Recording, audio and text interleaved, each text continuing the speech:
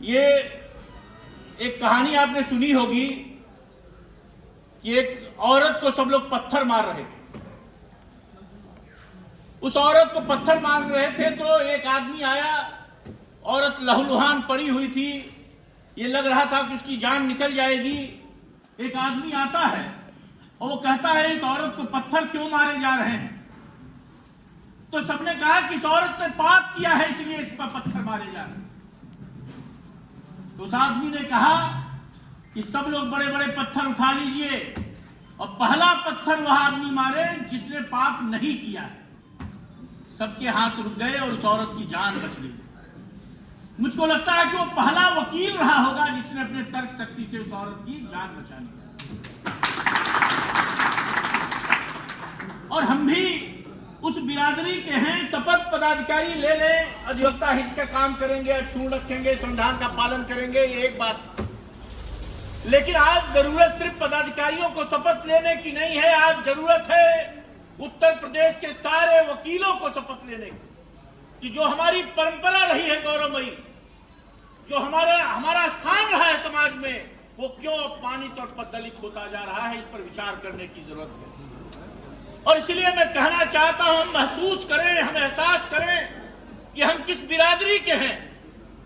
हिंदुस्तान में नहीं, पूरी दुनिया में कहीं कोई बदल हुआ है तो सिर्फ काले कोट वालों की बदौलत हुआ है। मैं कहना चाहता हूं, तुम्ही ने रक्त देकर रंग के उत्सव मनाए थे, तुम्ही तो सर कफन बांधे सरे मैदान आए थे, तुम्हारे ही जलाने से जलेगी क्रांति की ज्वाला। जरूरत पड़ गई है फिर तुम्हारी आज भारत को, जरूरत पड़ गई है फिर तुम्हारी आज। और मैं कहना चाहता हूं, हम दान मांगकर बनारस हिंदू विश्वविद्यालय बनाने वाले मदन मोहन मालवीय हैं। शिक्षा के क्षेत्र में काम करने वाले मालवीय भी वकील थे और मजदूरों के लिए पहली बार कोई लड़ाई लड़ने का काम किया 1920 में। हिंदुस्तान में ट्रेड यूनियन का दिल्ली में बहुत बड़ा सम्मेलन हुआ। बात मजदूरों की बेहतरी और बहबूदी के लिए की जा रही थी, लेकिन उसकी अध्यक्षता कोई कर रहे थे, हमारे आपकी बिरादरी के लाला लाजपत राय कर रहे थे। मैं कहना चाहता हूं, बरडोली का आंदोलन किसानों के लिए लड़ा जा रहा था, लेकिन उस लड़ाई की अगुवाई कोई कर रहा था तो हमारी आपकी बिरादरी के एडवोकेट सरदार वल्लभ भाई पटेल कर रहे थे। हम वो कौम है, गोलमेज सम्मेलन में जब हिंदुस्तान का नेतृत्व करने की बात आई तो महात्मा गांधी एक बार करते हैं, एक बार बाबा साहब भीमराव अम्बेडकर करते हैं। हम श्री राजगोपालाचारी, दादा भाई मोरारजी और सीआर दास के वंशज हैं। हमको नहीं भूलना चाहिए, हम राजेंद्र प्रसाद के परिवार के हैं, माल्यानकर के परिवार के हैं। चौधरी चरण सिंह एक बार में ही मेरठ कचहरी में वकालत करते थे। एक आह्वान पर जितनी दिल्ली की आबादी थी उतने किसान इकट्ठा हो जाते थे। यह बूता, यह क्षमता उनके अंदर इसलिए था कि वो पेशे से वकील थे। मैं कहना चाहता हूं, जब अफ्रीका में रंग भेद का बोलबाला था, गुलाम था अफ्रीका, तो नेल्सन मंडेला नाम के वकील जो कल वकालत करते थे जहासिलबर्ग की कचहरी में, वो निकलते हैं और ये अफ्रीका की आजादी के लिए 1962 में जेल जाते हैं और 1990 तक 28 साल जेल रह के अफ्रीका को आजादी दिलाते हैं। मैं ये नाम आपको इसलिए ले रहा हूं, अब्राहम लिंकन से लेकर कैलिफोर्निया में वकालत करने वाले निक्सन तक, कि हम कौन हैं ये आप पहचानिए। एक कौम देख तो तेरी हालत को क्या हुआ, हैरत में आईना है कि सूरत को क्या हुआ, जिसने बड़े बड़ों के थे छक्के छुड़ा दिए, उसी शूरवीर कौम की हिम्मत को क्या हुआ, उसी शूरवीर कौम की हिम्मत। आजादी का अमृतकाल चल रहा है और मुझे कहने में संकोच नहीं है कि आजादी हमने दिलाई। और आजादी के बाद जब 1975 में इस देश में एक नेता ने इमरजेंसी लगा दी तो उसके खिलाफ भी लड़ाई लड़ने वाले सबसे आगे काले कोट वाले थे।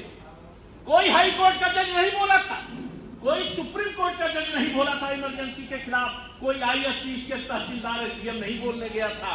ये डरने वाली कौम है, निर्भीक कौम कोई है तो हमारी आपकी बिरादरी है। मैं कहना चाहता हूं, पीएम लेखी जेल गए, एएसडी का पद, एडिशनल सॉलिसिटर जनरल का पद नारीमन ने छोड़ दिया इमरजेंसी के खिलाफ।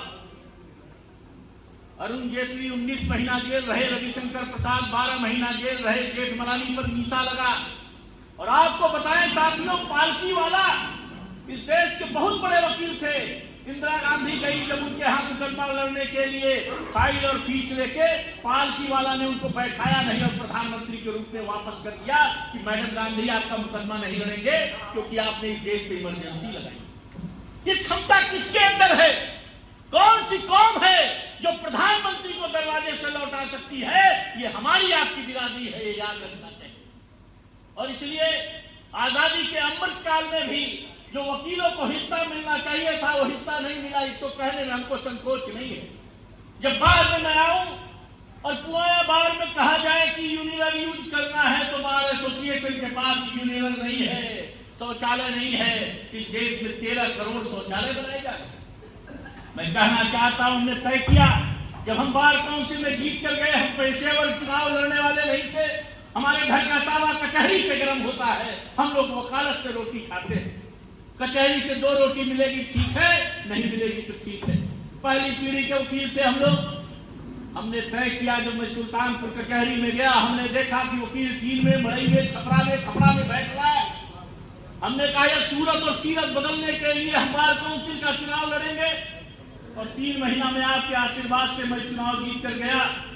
और उत्तर प्रदेश में हमने तय किया कि उत्तर प्रदेश की सारी कचहरी, सारे तहसील, कील मुक्त, मड़ई मुक्त, छपरा मुक्त और खपरा मुक्त करके दिखाएंगे।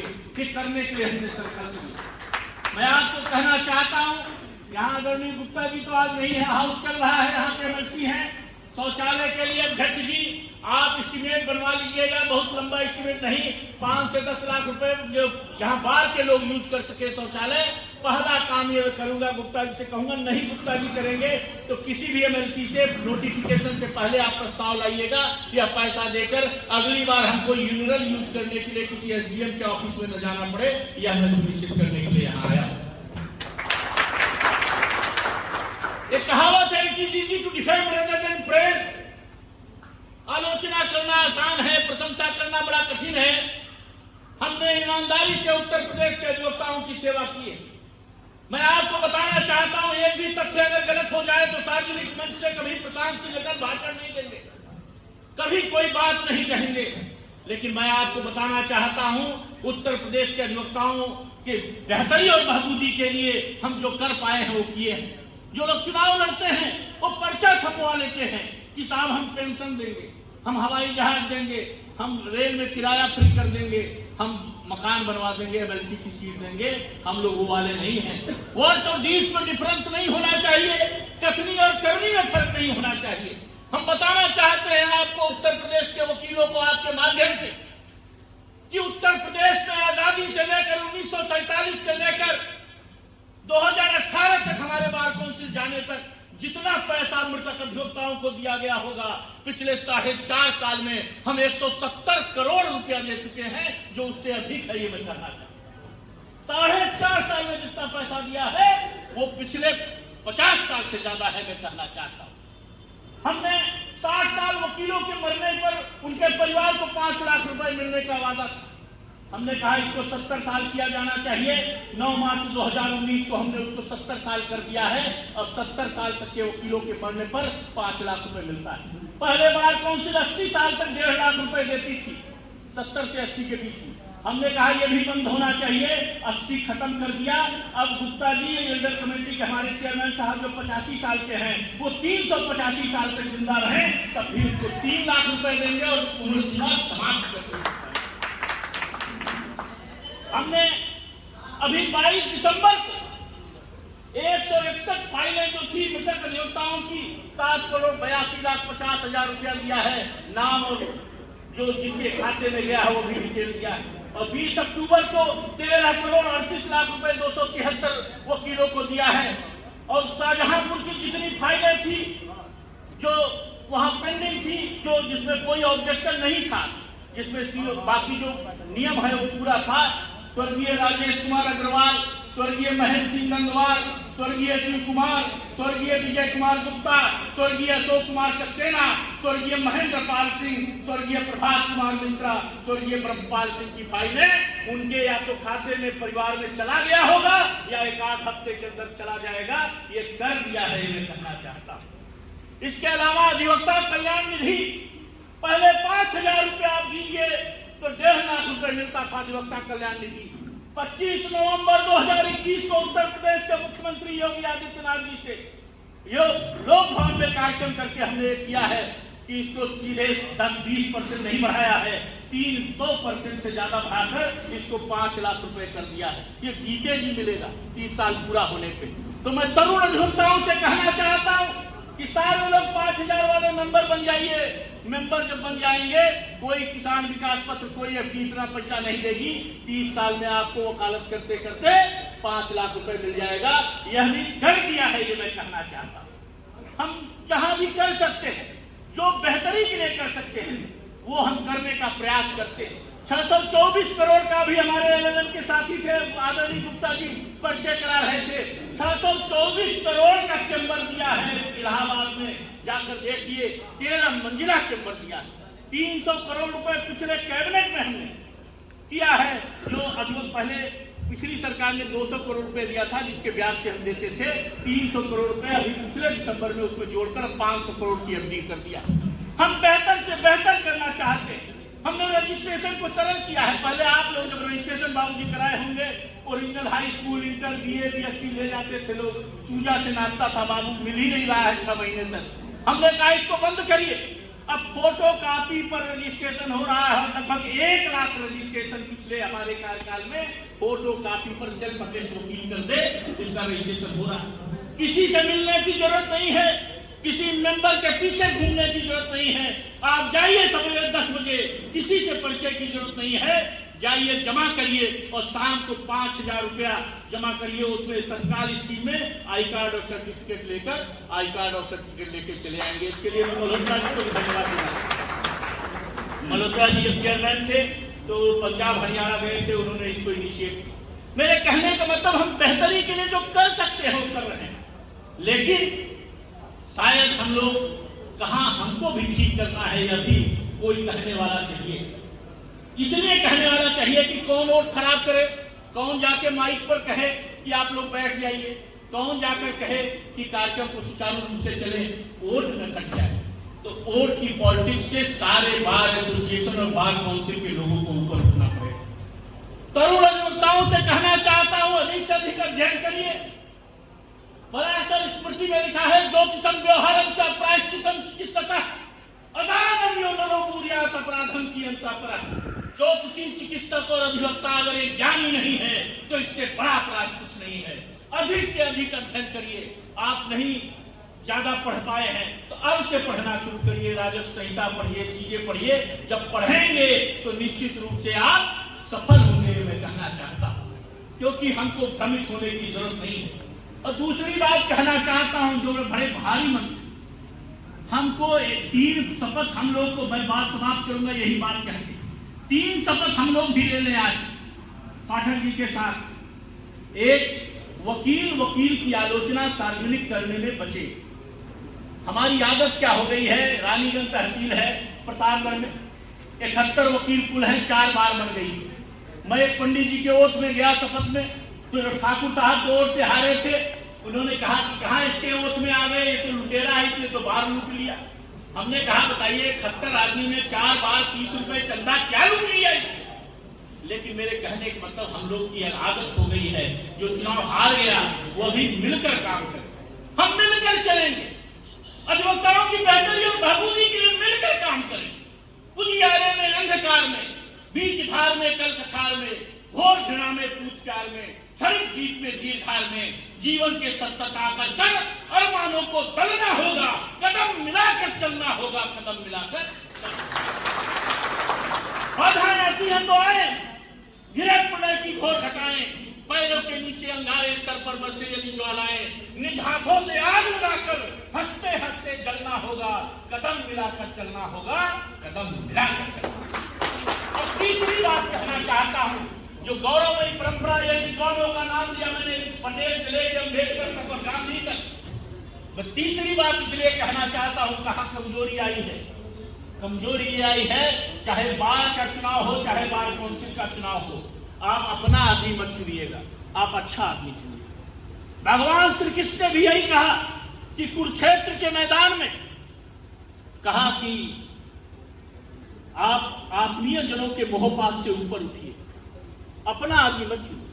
कोई सोनभद्र का अच्छा आदमी हो तो उसको वोट दीजिए, क्योंकि अच्छे लोग जब चुनकर जाएंगे बार में भी, बार काउंसिल में भी, तभी अच्छा काम होगा। अच्छा आपको तय करना है। आप देखिए उसके अंदर सरदार पटेल की छवि दिख रही है कि नहीं दिख रही है?